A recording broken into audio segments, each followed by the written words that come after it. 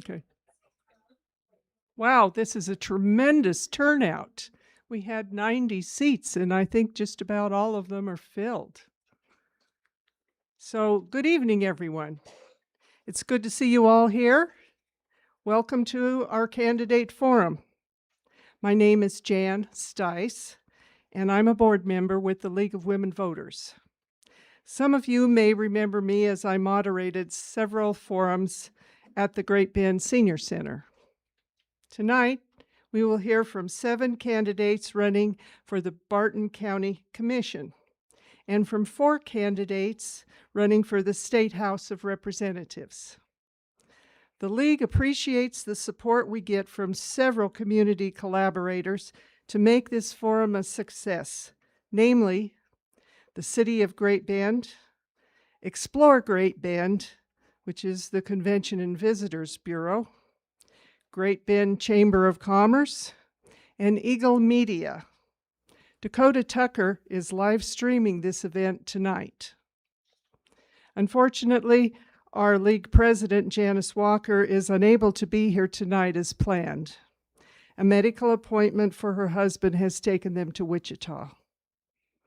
Tonight, our moderator is Kimberly Becker, founder of Move Your Mountain Coaching and Consulting. She's also on the Chamber Board and the Barton Community College Board of Trustees. And recently, she became the new owner of the Old Perks Coffee Shop, now known as the Zarah. I'll turn it over to Kim now to explain the forum process. Good evening. Good evening. It's kind of nice to be on this side and not that side. So we'll start with the county commissioners, and if you want to go ahead and come on up, and I'm good with whatever order you sit in. And they'll start by introducing themselves and have 1 minute to introduce yourself, and then they will, their questions that they have gotten ahead of time will be in a basket. They'll draw one of the questions and answer it, and then they'll have the opportunity to answer a second question of their choice. And for the questions they answer, they get 2 minutes to answer those. So if you all want to come up, can I? Yeah, please.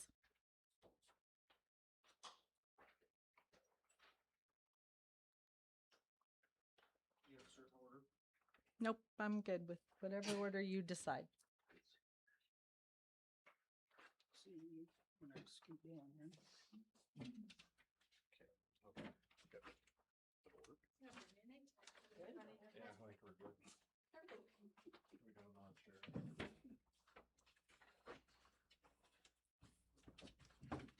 I figure if I let you pick who you sit by, you won't argue. So is what we'll do is we'll start down at this end with Stanley, and I'll give you opportunity to introduce yourself and tell us a little bit about yourself. And again, you have about 1 minute.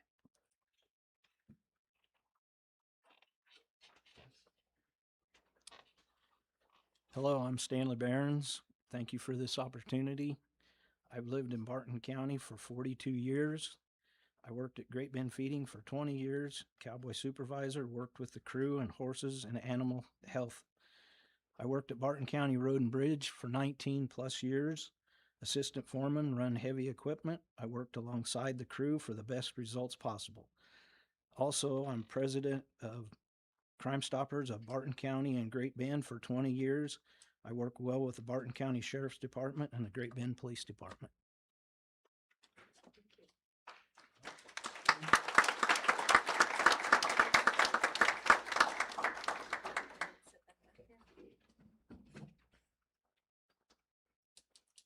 Hello, everyone. My name is Kevin Rose. I was born and raised in Stafford County on a farm. Moved to Barton County in 1988. Along with farming, I worked at the John Deere dealership for 28 years And then the last 10 years, I was at Heartland Ag Systems out here on Patton Road. I helped open up that store and manage that store and was instrumental in getting everybody hired and getting that store going. Retired now, just kind of sitting at home and driving my wife nuts. So that's really all about what I am. I was in agriculture all my life, so appreciate your vote and thank you very much.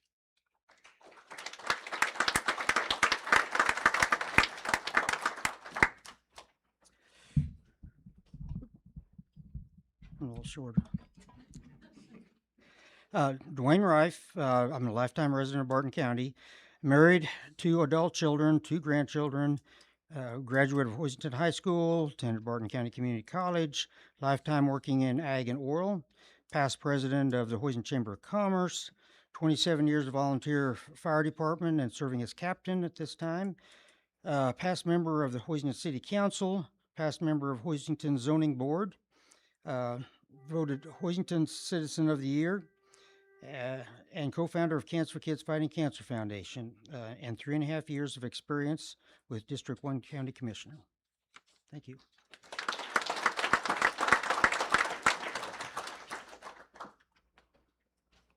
Guess I'll adjust this up. So, I'm Dale Maneth. I'm from Olmutz. Anybody know where that's at?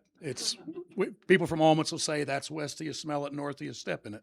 So I'm a lifetime resident as well, so Duane said he is. Went to school at Catholic school in Olmutz, went to Otis Bison, where most of the students from that part of the world go. Graduated from Barton County Community College and Kansas State University with degrees in animal science. I returned home with every intention of being able to farm full time, and at that point realized that that was not going to be the most easy accomplishment. So I spent about 30 years working for the state's largest farm organization. I'm an extremely passionate advocate for agriculture and rural development. I've spent 22 years serving on the board of trustees, on the township board. Last 3 years at the at the college on the board of trustees, and I spent 9 years serving on the board of directors of the Great Bend Co-op. Thanks.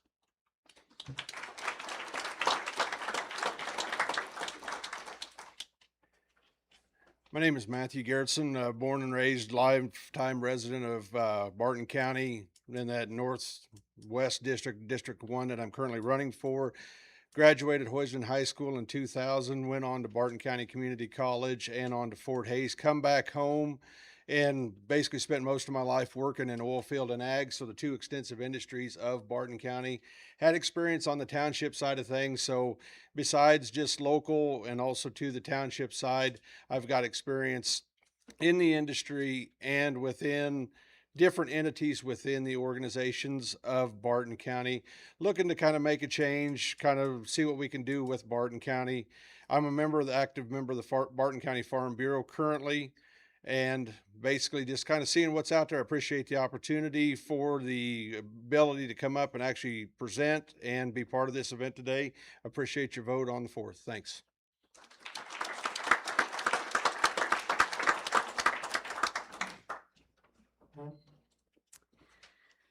I'm Tricia Schlessiger. My husband and Joe and I live south of Ellenwood on his grandparents' farm.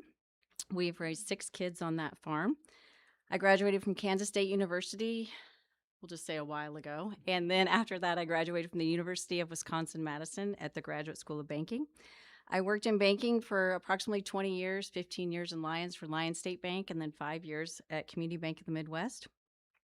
I'm finishing up my first term as a Barton County Commissioner in District 4. In Ellenwood, I've been on various boards. Most recently, I am the chairperson of the parade at the After Harvest Fest, if you all know that.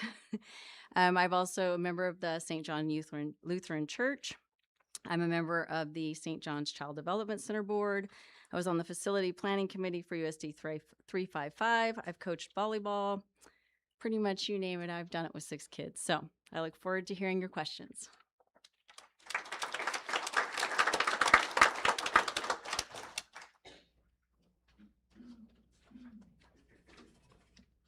Good evening, everyone. I'm Johnathan Robinson. I'm currently running for District 5 for your county commission.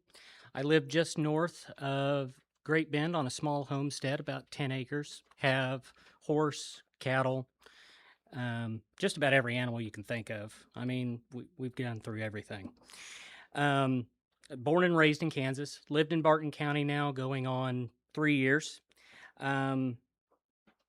Public service has been something I've done ever since high school. I graduated high school in 2010, joined the United States Marine Corps, served until 2015, came back to Kansas and served as a law enforcement officer, served with the Department of Corrections, helping at-risk youth, and then now I am a corporate level manager for a locally owned business here in Barton County. I'm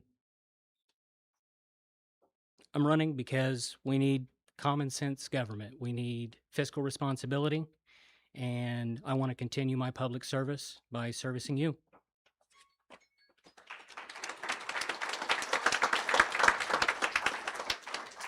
Thank you. Let me get the questions out here.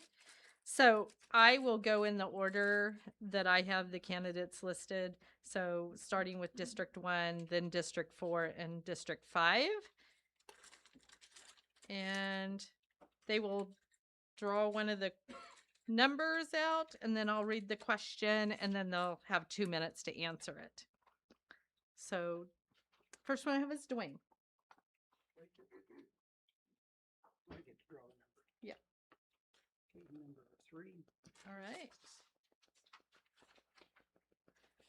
So a severe shortage of affordable housing is the leading cause of homelessness. When renters spend more than 30% of their income on housing, they are often forced to make difficult choices about basic needs. How will you use the municipality's tools and resources to expand access to affordable housing and reduce homelessness in our county? Get that out of your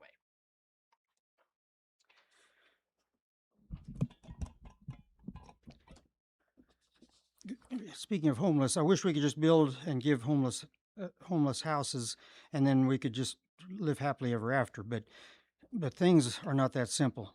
Homelessness is an ongoing issue, and the most individuals assume that the causes are drug-related or mental illness. But that's not always true.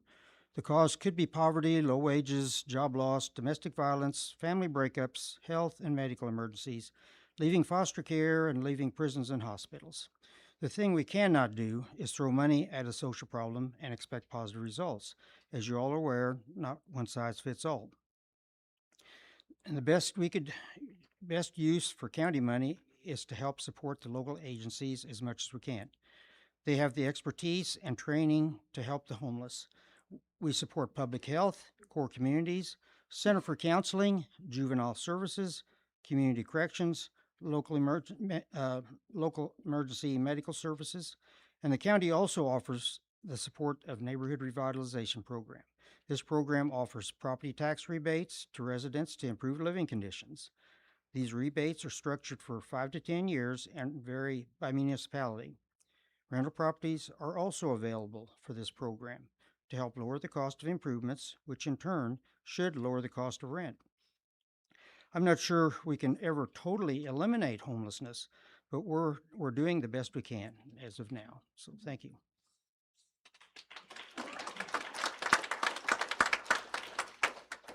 All right, Dale.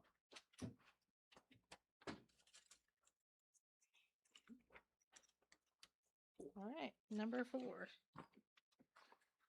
What would success look like at the end of your term, and would you have partners in achieving it? What a great question. And before I'm going to steal some of my time from this, because I failed to recognize the fact that I'm married to my wife, Christy, of 28 years.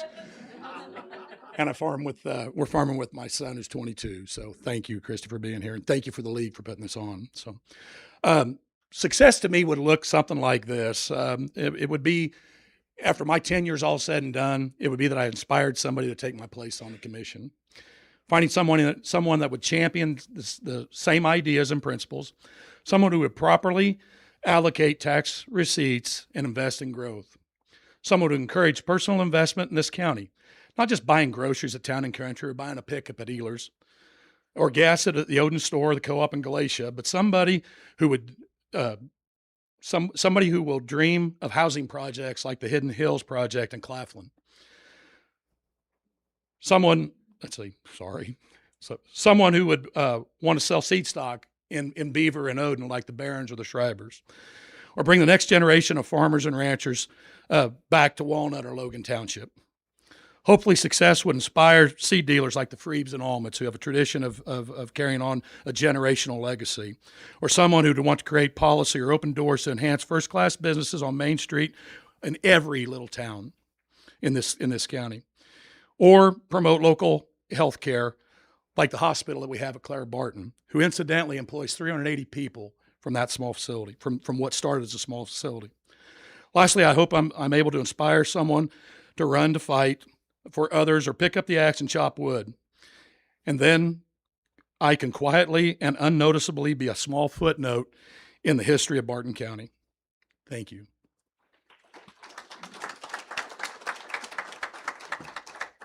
Matthew. Oops, sorry. All right. So he has number 3. A severe shortage of affordable housing is the leading cause of homelessness. When renters spend more than 30% of their income on housing, they are often forced to make difficult choices. I want to make that decisions no matter what about basic needs. How will you use the municipality's tools and resources to expand access to affordable housing and reduce homelessness in our county? Well, actually, the way the question's kind of written, it's more of the symptomatic side of things instead of dealing with the root cause issue. From the way I view that question is that homelessness, yes, is a state of mind, but there has to be a reason that led up to that. And most of the time that boils down to the economic conditions of the area. If you're spending 30%, which is probably a minimal amount in some degrees of a person's income to fund their actual rent, their housing, you're forgetting about utilities, you're forgetting about groceries, you're forgetting about all that part of things that you add in on top of that. If you have a mass majority of your jobs that are $8, $10, $12, and most people are working 2 to 3 part-time jobs just to get to that point, you have to fix the economics that are backing it up to make people enabled to do that for themselves. And in this situation, if we can bring in more jobs, more higher paying jobs, retain some of the students from the JUCO that we're actually putting money into as taxpayers, get our money back out of it, instead of it just being a situation where we're basically nurturing people to actually go elsewhere to build other communities. Bring them back in here, let them be utilized here, let our tax money work for us. Bring jobs back in, bring higher wage jobs back in, retain families, retain students, help them help themselves. I mean, yes, we can provide housing to individuals that have fallen on hard times, which is no issue. But as a mass majority, we need to empower our own people through jobs, through economics, and that side of things. And then also too, try to break up the rental monopoly, because you've got a lot of mass, I should say, within a mass population of rentals, you've got they fell into a small amount of hands. So you need to kind of control that so you're not living into a captive market. So basically fix the root, not the symptom. And that's kind of what we're looking at our housing problem.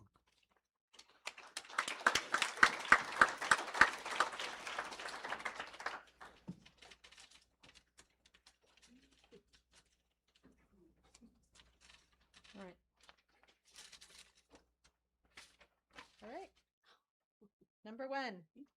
Residents in Western Kansas are raising concerns over large-scale data center proposals, specifically around resource use of water and the power grid, noise pollution, local zoning, and transparency. How would you plan to address those concerns? First, I would like to state Barton County is a zoned county. So per our current zoning regulations under Part 3 in the general requirements, it states, quote, uses not specifically identified as permitted, conditional, or special are prohibited. So currently our zoning regulations do not allow for data centers. If the commission would like to have regulations written, it would take a simple majority to give direction to the Planning and Zoning Committee to write those regulations. Then those regulations would have to be drafted and go through the public hearing process. So we have a great process in place for that type if that is what the constituents would like. The second step to that is we would need to listen to our constituents. Each and every citizen and each and every taxpayer of Barton County would need to be heard. Do you want data centers? That would be the question. We would need to have open door meetings and listen to what the people want. Then we have a process in place. I feel like accurate information about any proposed project would include the use of how Barton County resources would be utilized. I think that's a very important question. The main thing to remember is we're all neighbors, and we're all friends, and we all have opinions. So we'd welcome them all to the table so that we could hear from each and every individual through the process. Lastly, Kansas also has a process in place for water use. So if a data center were to try to come to Barton County, there is already a process in place for that. They would have to first acquire water rights. Then they would have to get the use changed on them to whether that would be industrial or commercial. And that has a process as well. It would have to go through the GMDs if there's districts involved. And then there would also have to go to the state water office in Topeka. So there are many levels of approval before anyone could just walk in here and open a data center. So our regulations are already in place, and we can change them if the constituency would like that. So thank you.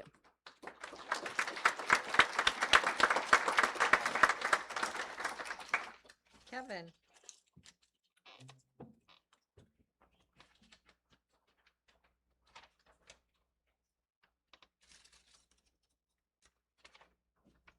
Two. Counties serve as the frontline implementation for social services, healthcare, and infrastructure. As federal and state funding for counties and county departments declines while demand for services grows, what steps could the county commission take to maintain current funding levels? Thank you. Well, first I'd like to say I was a father of a handicapped son, and we had a tough time finding help for insurance and stuff for him to be able to go through the things that we went through with him. So as a commissioner, I would want to try to find every way that we could, not only through the state and federal levels, to help the residents of Barton County be able to afford or get help that is needed. Because let me tell you, they say there's a lot out there, but you have to fight for it and you have to really dig. It doesn't come easy. So, I would want to search out all I could for families that need help, not only with their children, but, health costs are such a big part, even at any age, that I would want to make sure that I'm doing the best I could to get help for anybody who needs help.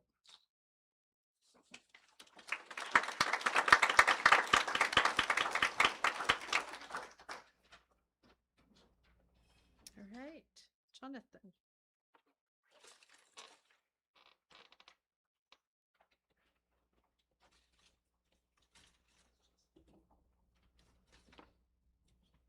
Three. We're back to a severe shortage of affordable housing is the leading cause of homelessness. Do you need me to read the whole question? Perfect. All right. Anybody have deja vu? So, affordable housing is a real challenge. And when families are spending more than 30% of their income on rent, it puts real pressure on other utilities and other expenses. As a county commissioner, I believe that the best solution comes from removing barriers and not creating more government programs where you are burdened as a taxpayer. Here's how I'd approach it. First, we would need to look hard into our own zoning and permitting rules. If outdated regulations are slowing down or stopping the construction or for workforce housing, we should fix them. Private builders respond when the process is clear, fair, and aren't buried by red tape. Second, I support targeted partnerships with local nonprofits, churches, organizations that are already doing the good works to help the homeless, to help the needy, and to help feed people. Third, The strongest long-term solution is to strengthen the local economy. When we grow in good paying jobs and support our existing businesses, more families can afford housing that are already here, and new housing market will continue to grow. I will not support policies that raise costs to current homeowners or shift the burdens onto taxpayers through large-scale government housing projects. The goal should be more simple, more opportunity, and more self-sufficiency to move the needle on our current housing problem. In my view, that's the most practical way to do it.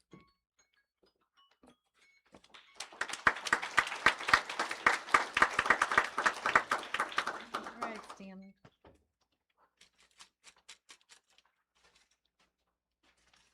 You're not allowed to take 3. He got 3. He doesn't listen well. No.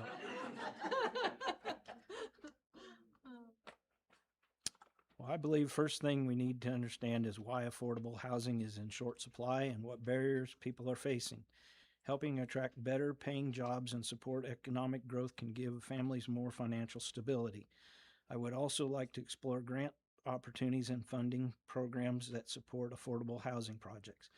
By working with local organizations, developers, and community leaders, we can look for practical solutions that make housing more accessible while strengthening our community.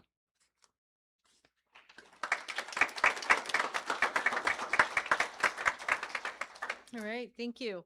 So now each one will have an opportunity to come up and answer a question of their choice that they pick. And so we'll start back with Duane.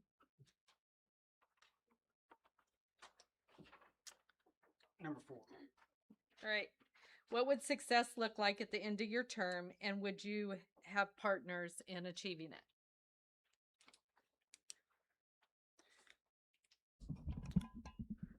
Success would be defined as keeping the county financially stable.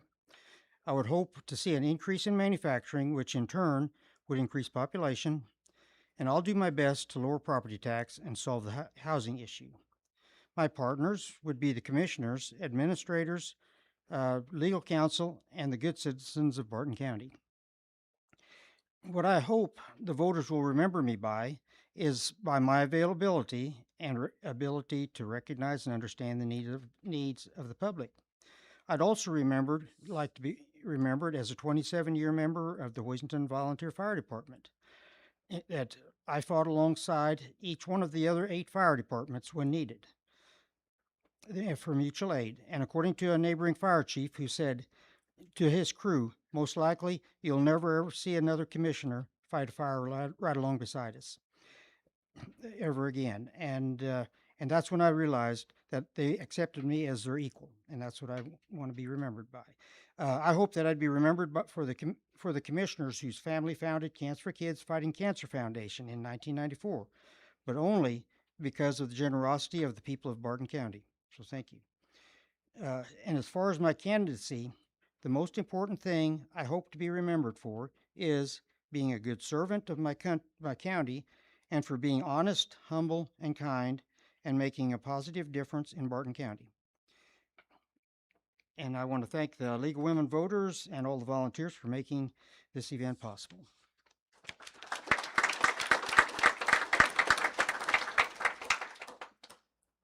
What number do you want, sir? Number 1. Okay. So residents in Western Kansas are raising concerns over large-scale data center proposals, specifically around resource use of water and power grid, noise pollution, local zoning, and transparency. How would you plan to address these concerns? Thank you, Kimberly. So I chose, just to give you a little bit of a background, the reason I chose this question, in evaluating the 4 questions, I thought this was probably the most controversial. And my hope was to convey the message that I'm going to drive straight towards the hard fights, and I'm not afraid to ask the hard questions. I think when we talk about data centers, and Tricia spelled it out perfectly to start with. There's a lot of obstacles for them to come to Barton County to begin with. But if it was an opportunity that was identified, first of all, if they identify being here, they see us as they see resources here that could benefit them. And so, one, we need to be thankful that we have those kind of things in place that do appeal to large scale operations like that. I think the conversation begins with the need to understand this county needs to grow valuation.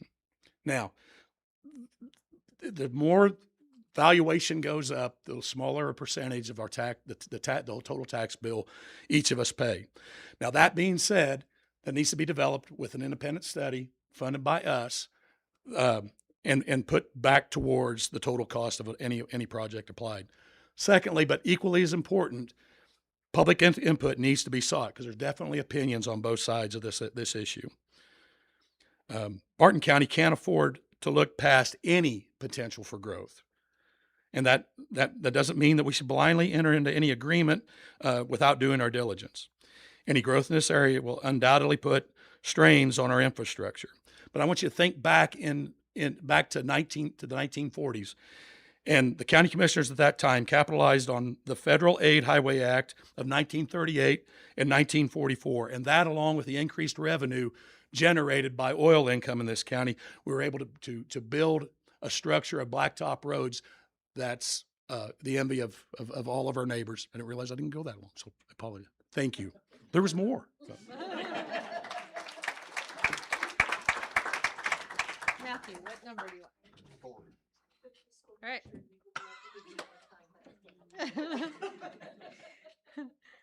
Matthew has 4. What would success look like at the end of your term, and would you have partners in achieving it? At the end of my term, if granted that opportunity, what I would like to see is a revitalized Barton County. Yes, it is bad to look at Barton County as an aging county, but also too, we need to bring that young generation back in to revitalize Barton County. Over the last 4 years, we've lost at least 3 major companies, 5 small businesses, and various other ones that they may have slipped through the cracks or been at homes or whatever else. We need to figure out, yes, there has been some turmoil with the Eco Devo and the economic development in Barton County, but we need to bring those partnerships back between the chambers, the Eco Devo, the community college, utilize our resources here to bring those property taxes down by cutting that pie up. I mean, the deal is we're utilizing and trying to take this pie and just distribute it amongst the people that are still here, bring more people in, divide that pie up, make it easier on everybody. I mean, whether you're coming from a fixed income from the elderly standpoint or from somebody coming back from college that has a load of loans or anything like that that's saddled upon them, it is a barrier to entry to growth in a new community or an old community if there's no opportunity here. And that's what we need to look at. At the end of my term, I would like to see that growth come back into Barton County, whether it be oil field, ag, industry, manufacturing, even if it's green energy, may not be data centers, may not be solar manufacturing, but embrace what we have opportunity for instead of chasing it back out the door. I mean, Barton County has had a tendency of that over time to not be receptive of that. And now's the time to do that because you feel the strain. You look out over this crowd. You see varying walks of life, different ages, different whatever. Everybody's feeling the shame, the struggle, the strain in some way, shape, or form. And that's what I see is the ability to start that turn, get that turn moving, get some momentum back behind Barton County, and make it a place where people thrive to come back in instead of wanting to leave. And I think that would be the best opportunity from at the end of my term. Thank you.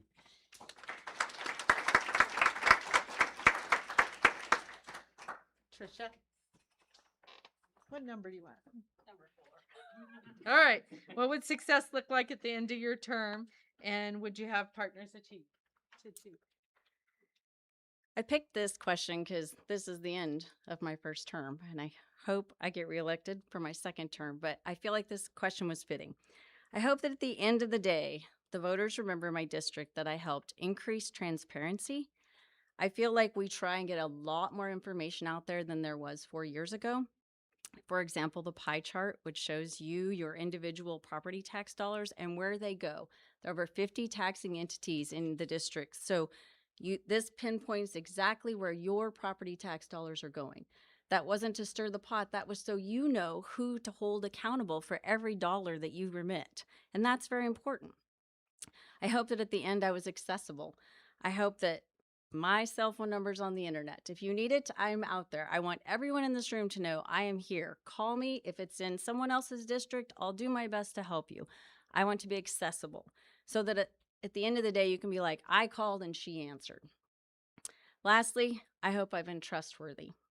The greatest comment I ever had was after a really difficult phone call about a really bad road that was in a township that I could do nothing about. And this woman was in tears, could not get home.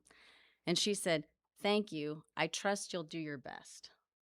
And I hope at the end of the day, when I called her back and I said, "There's nothing I can do about your road, but I think I'm going to get somebody out there to grade it." And she was like, "Thank you so much." So I hope that at the end I earned your trust. Lastly, my partners for achieving this goal is each and every one of you, each and every one of the voters in our district, but mostly every person in Barton County, because the commissioners have always looked at it as, you might not be in my district, but if you call me and you need help, we'll find a way. We will do what we can. So I hope that at the end of the day, I was trustworthy, I was accessible, and I increased transparency. Thank you.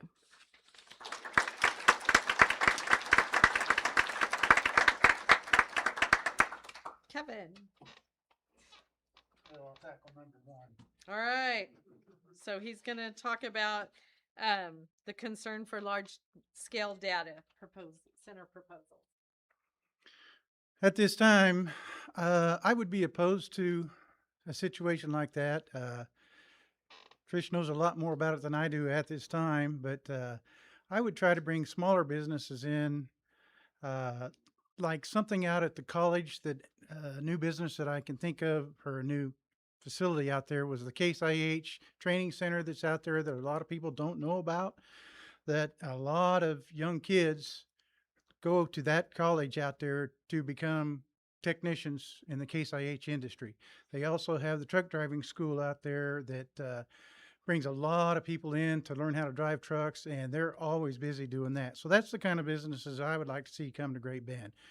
We have a great airport facility out there. We could bring small businesses in there. We don't like the racetrack. That's just something that is really going to improve that area, bring more motels into the cities. When I was general manager at Heartland Ag, I brought a lot of guys in here from out of the area that like to come to the small towns to live in and raise their kids in school, Ellenwood, Hoisington, and so improve that area too, to help bring new people into the blood and bring businesses back to Great Bend.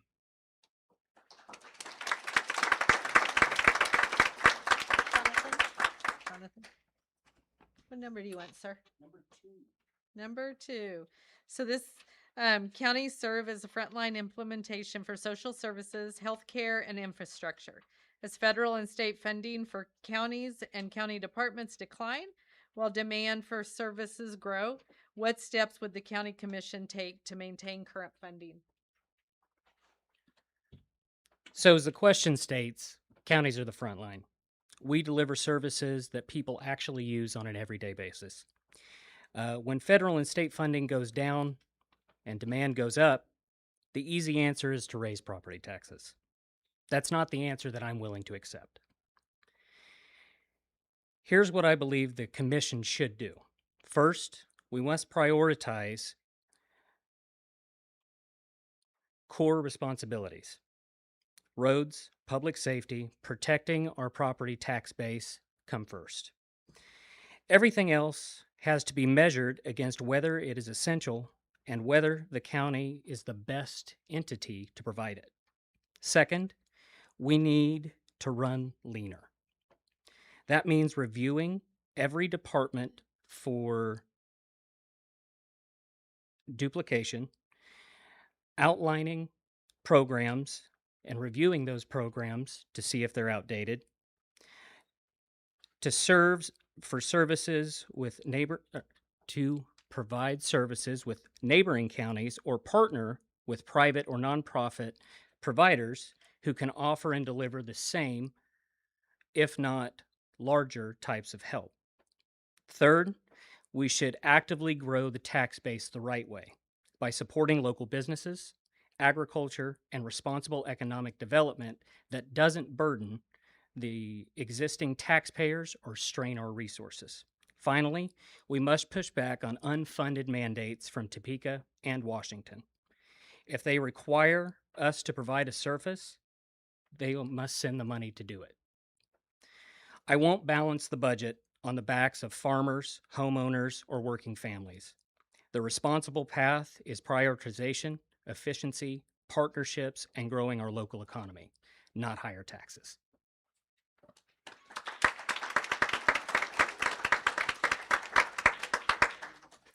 Stanley, what number would you like? 4. Okay. So what would success look like at the end of your term, and would you have partners in achieving it? Success to me would mean that Barton County is in a stronger position than when I took office. I want residents to know that they have a county commissioner who listens, works hard, makes decisions based on what's best for the community. I will be honest, approachable, and committed to working with my fellow commissioners and local leaders to make Barton County an even better place to live, work, and raise a family.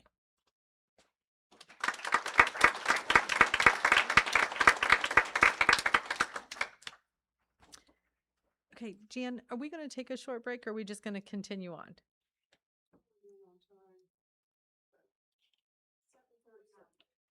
Okay. Carry on? Yeah. All right. We'll let these individuals switch.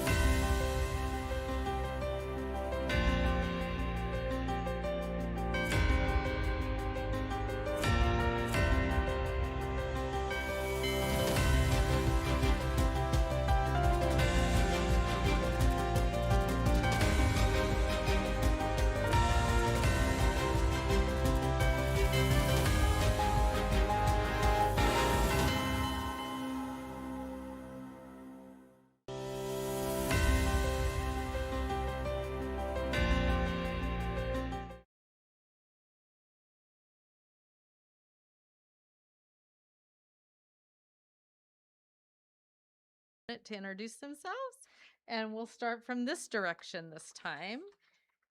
So if you want to go ahead and start.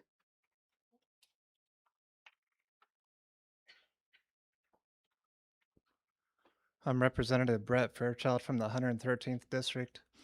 I've been in the State House for 3 terms. If I'm fortunate enough to get reelected, this will be my 4th term. I serve on the Water, Agriculture, and Higher Education Budget Committees in Topeka. I live in St. John, and I farm about a half-mile north of St. John. Even though I have a conservative voting record in Topeka, I've been willing to reach across the aisle and work with Democrats on issues that we agree on. For instance, I introduced a bill with Representative Alexis Simmons from Topeka to ban no-knock warrants, and I introduced a bill with Representative Stephanie Clayton from the Kansas City area to ban child marriage. And I think those are 2 good bipartisan issues, and I just thought that I would bring that up and mention that to this group because I'm sure that this group appreciates working across the aisle collaboratively in that way. I also try to focus on representing everybody in my district. I guess I'm out of time.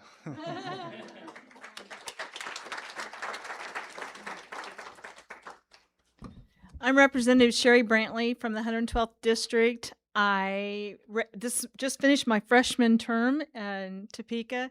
I serve on the Education Committee, K-12 Budget, and this last session I was Vice Chair of K-12 Budget. I also serve on the Legislative Modernization Committee. I thoroughly loved my term the last 2 years. By trade, I'm a teacher, 38 years. I worked at Riley School here in Great Bend, taught for 12 years, taught 5th grade and then ESOL. In 2010, I left and went to Fort Hays State University as an assistant professor in teacher education for 6 years, and then came back and taught 4th grade at Eisenhower, and then moved over to the middle school as a math coach.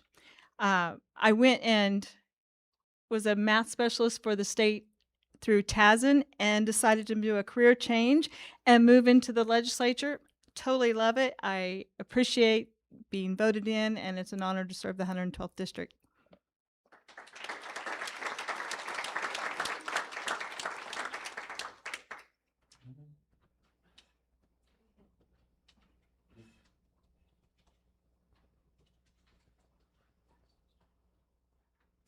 Thank you for coming.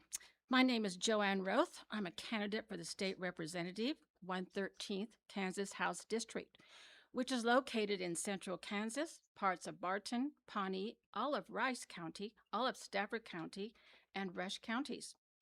A little about my reason for seeking public office. I was married to Kent Roth in 1979. My husband is here.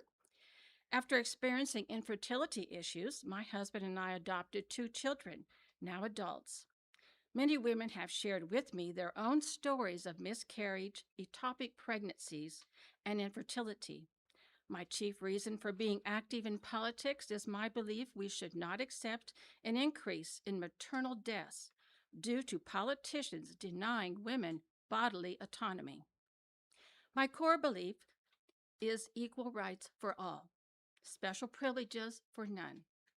Every patient, in consultation with their doctor, should make their own medical decisions, not politicians in Topeka, based on whether the patient is a man or a woman.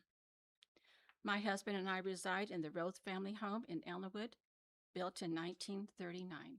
Thank you.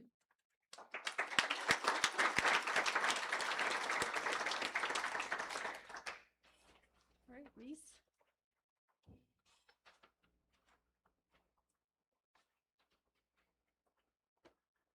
Good evening, everybody.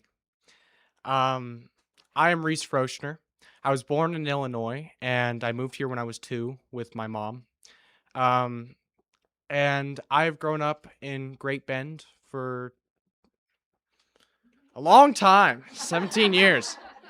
I am 19 now. I graduated high school recently, and I graduated cum laude. I was a debate student, and I was an actor, a part of drama club. And my hope with my campaign is to show everybody that anybody can do it and that we can all find hope in these times. Hope is literally right around the corner. You can find a new system to work in, to love in, and to be a better person in. Thank you all for coming.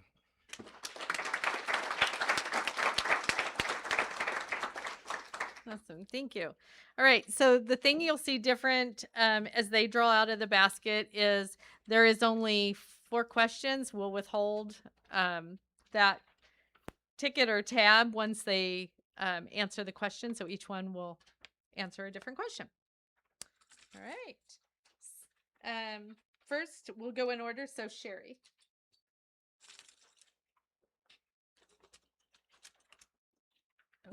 Whoops. Which one do you want?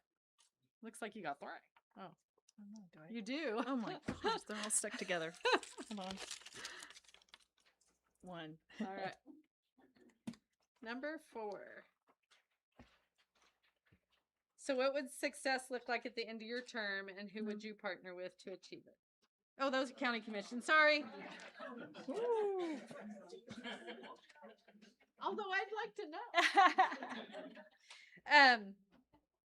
HR 1, or Big Beautiful Bill, enacted in July 4th, 2025, made deep cuts to federal funding for food assistance through the Supplemental Nutrition Assistance Program known as SNAP.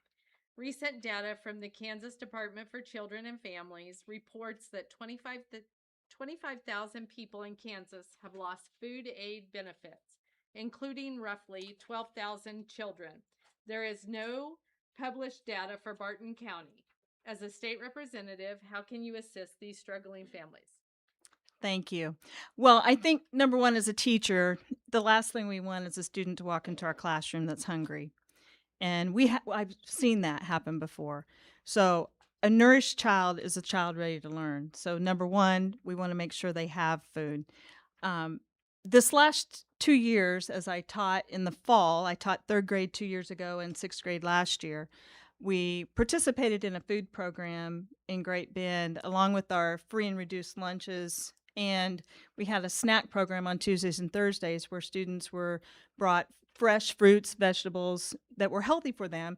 And then there were often lots of it to send home with students if they wanted it. One thing that I was proud of was the CEP program that we passed this last session for Kansas.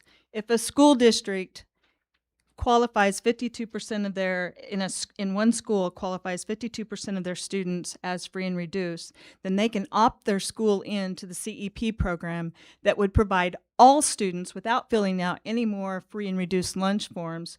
They provide them all in that school for free lunches. Now, to me, I think that is a great opportunity for a school and districts and for all students, not just those on free and reduce. Another thing that we experienced this last session were districts that came in and presented that they have put up greenhouses in their district.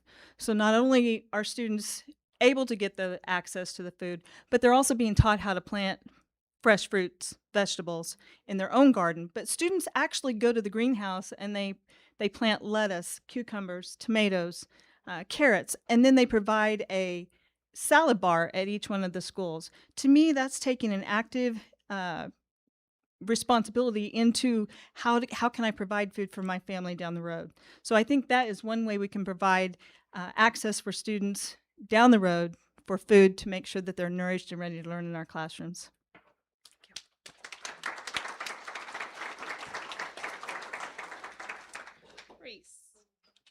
Rhys is next.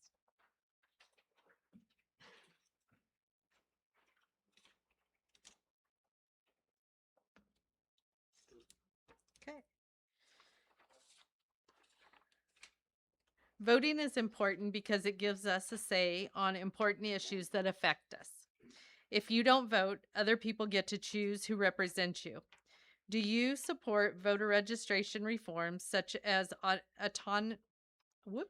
automatic, online, or same-day voter registration? Why or why not? I do support voter reform because of our system is a democratic republic. Learned it in high school. I hope that I would remember it. But our system is a democratic republic. And part of that is democratic. We should not be blocking people from voting in our democratic republic. That's just redundant. We need to have clear access for every single person in our county to vote, because voting is incredibly important and it decides our lives for not only the next 2, not only the next 4, but the next 6 years. That's why I support voter reform. Thank you.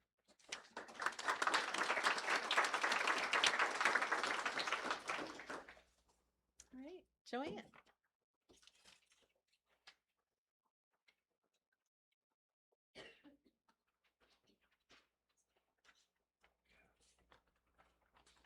All right, number one.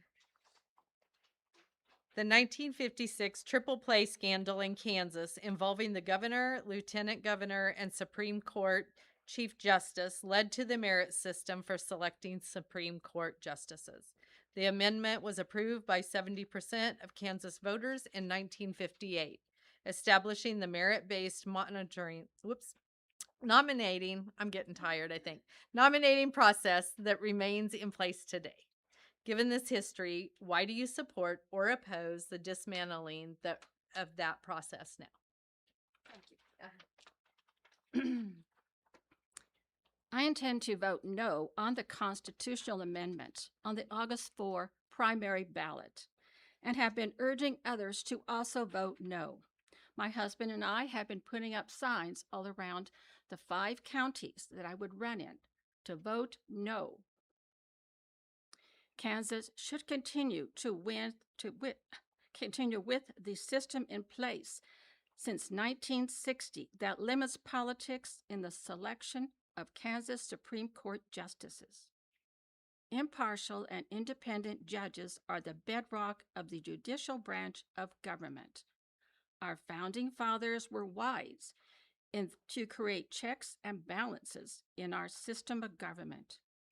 Billionaires like Elon Musk have too much privilege and influence in our present system.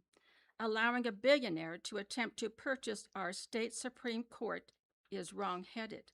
As many of you recall, the Supreme Court decision race in Michigan. Please vote no, as I will, and remember unaffiliated voters may participate in the primary election by requesting a ballot with just this constitutional amendment question on it. 4 years ago, the value of them both constitutional amendment was voted down by 59%, voting no. A majority in the state legislature, including my opponent, disrespect the decision of the voters when he supported this backdoor attempt to do the same thing on this year's primary rather than the general election ballot. Thank you.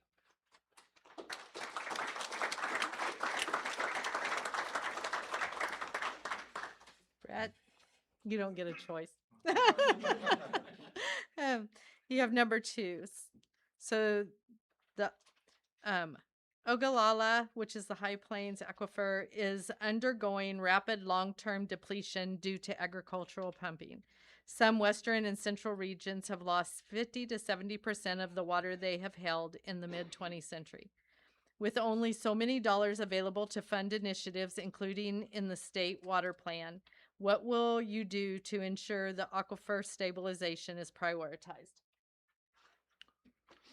Since I serve on the water committees, these are issues that we look at a lot in water committee, and a lot of what we study are local solutions to this issue, to the aquifer, such as limas and water conservation areas and those types of things. And I tend to think that this is more of a local issue. I'm not a big fan of state mandates. I'm not a big fan of the Kansas state legislature telling the GMDs what to do, telling the local governments what to do. I tend to think that we need to have local control on these issues and not have so much state control. However, there are some things at the state level that we can do to address that issue.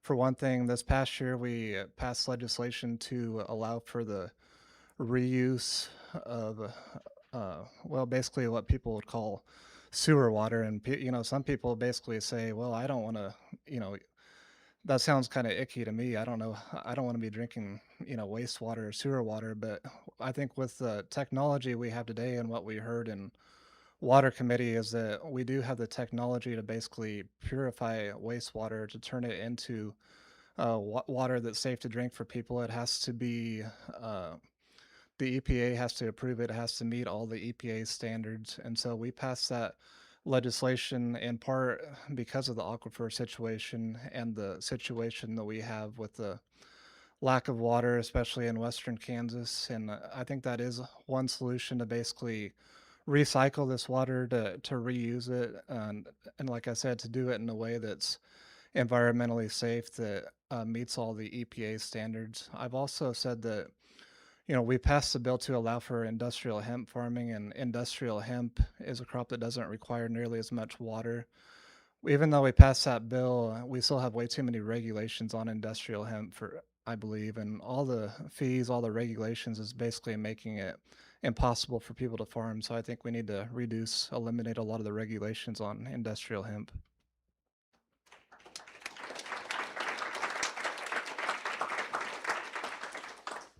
All right, thank you. So now we will do another round where they will get to answer the question of their choice. So we'll start with Sherri. Which one do you want? Number 1. In I'm going to 1956 triple play scandal in Kansas involving the governor, lieutenant governor, and Supreme Court Chief Justice led to the merit system for selecting Supreme Court justices. The amendment was approved by 70% of Kansas voters in 1958, establishing the merit-based nominating process that remains in place today. Given this history, why do you support or oppose the dismantling that process now? Thank you. So we have an amendment on our primary ballot for SCR 1611, and that amendment is saying, basically, do we turn the vote for our Kansas Supreme Court justices back to the people, or do we continue with our nominating commission that we have in place now? Is what the governor did in 1957 right? No. But it did cause a lot of distrust in our voters. So to compensate for that, they put this process in place, and the voters voted it in. 70 years later, we now are back to looking at, is the judicial selection the right way for us? I have two things: transparency and representation.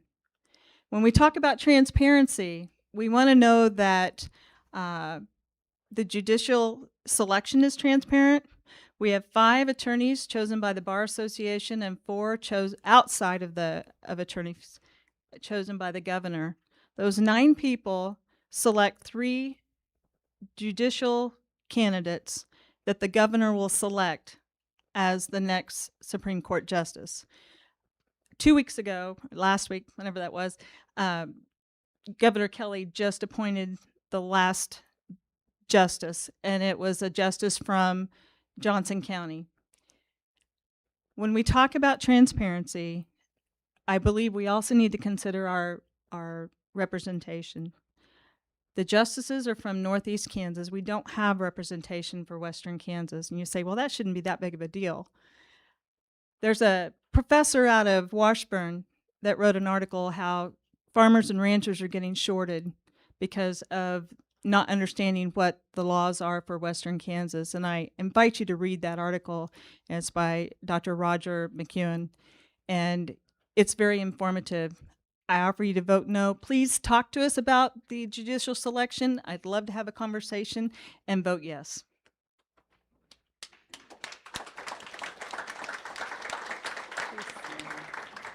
What number would you like, Rhys? All right. Do you need me to read it again since that was just discussed? Perfect. So the issue we're facing is a constitutional amendment to our state that allows either the current system, which is merit-based and selection-based, and it allows us to vote for the justices. I'm here to tell you to vote no. And here's why. The problem with choosing them ourselves is a lot of these judges can be bought out.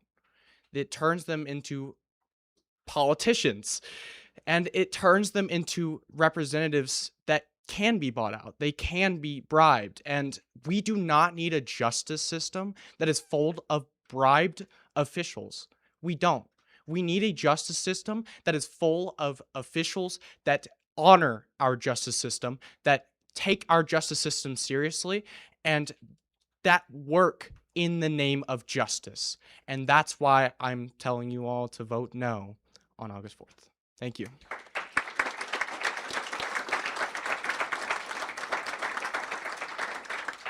Joanne. What number are you going to do? Number 4. All right, number 4. H.R. 1, or the Big Beautiful Bill, enacted July 4th, 2025, made deep cuts to federal funding for food assistance through the SNAP program. Recent data from the DCF reports that 25,000 people in Kansas have lost food aid benefits, including roughly 12,000 children. There is no published data for Barton County. As a state representative, how can you assist these struggling families? My home school district provides free lunch for children during the summer months, and I am all for that program. In Saturday's Great Bend Tribune that I was getting around to reading today because of visiting some state fairs over the weekend and the Ellenwood After Harvest Festival, there was a big article about what the Big Beautiful Bill has done to Kansas. If the federal government is not going to contribute to the state, who's going to end up paying for the SNAP program to feed our children? The Big Beautiful Bill is a big, beautiful bill for billionaires. Now, we want our children fed. We want the local programs, the mandates that the federal government puts down to the counties. We want them covered by federal money. If the article indicated some $400 and some million was taken from us by the Big Beautiful Bill that we're going to have to cover in the state of Kansas. I do not think that is fair to take away food from our children that has been highly acclaimed that they need to have food for being good students. From pre-K on and to little families with little home moms, little working moms, and families that we want to come to Great Bend, Barton County, and our state. We need to provide for some of them. And I want to say that I was employed by the federal government in the United States Department of Agriculture, Farm Service Agency, for a dozen years in Barton County. I was then elected 3 terms to the 3-county member Barton County Committee that oversees the local Farm Service Agency office and rules upon any farmer appeals. Following 9/11, I went to work with the Department of Homeland Security at Great Bend Airport until my federal retirement. Thank you.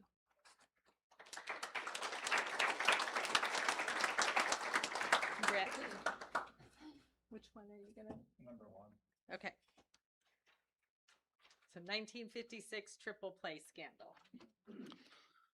I voted in favor of the constitutional amendment to allow for direct elections of Supreme Court justices, mostly because I dislike the current system. I'm not the direct elections. I don't think is a perfect system. What I wanted to do instead was to go to the federal model. At the federal model, with the federal government, the president can basically pick anyone or appoint anybody, nominate anybody that he or she wants to nominate, and then it's up to the Senate to then vote up or down. That's also what I wanted to see at the state level too. I wanted it to be to where the governor would have the authority to nominate anyone that he or she wanted to nominate. Then it would be up to the state Senate to either vote up or down. And that's what I was hoping we would vote on.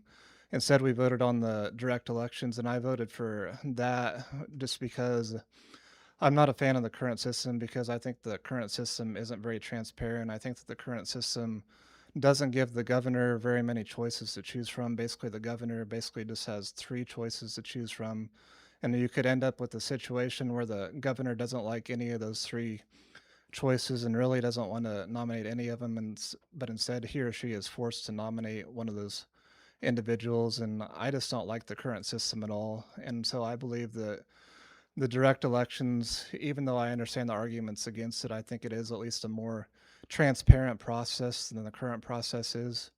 It would give people the opportunity to do their own research and to vote on this. And so for those reasons, even though it wasn't my first choice, I support the direct elections in order to change the current system.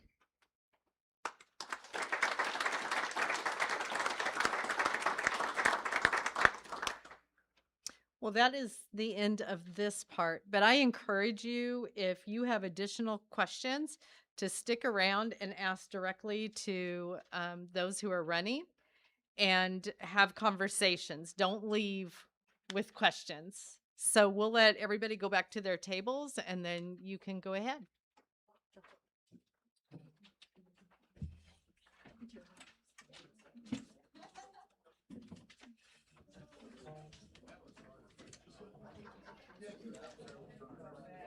Okay, can we Have a round of applause for all of the candidates here.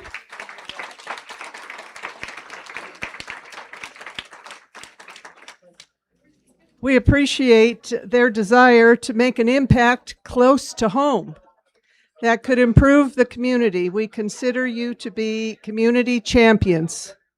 You are all free to mingle and talk until 8:30. If anybody is interested in possibly joining the League of Women Voters, see the ladies at the corner table. And also there are QR codes for 411 if you want to go online and find out more about candidates for any office in your area. Thank you.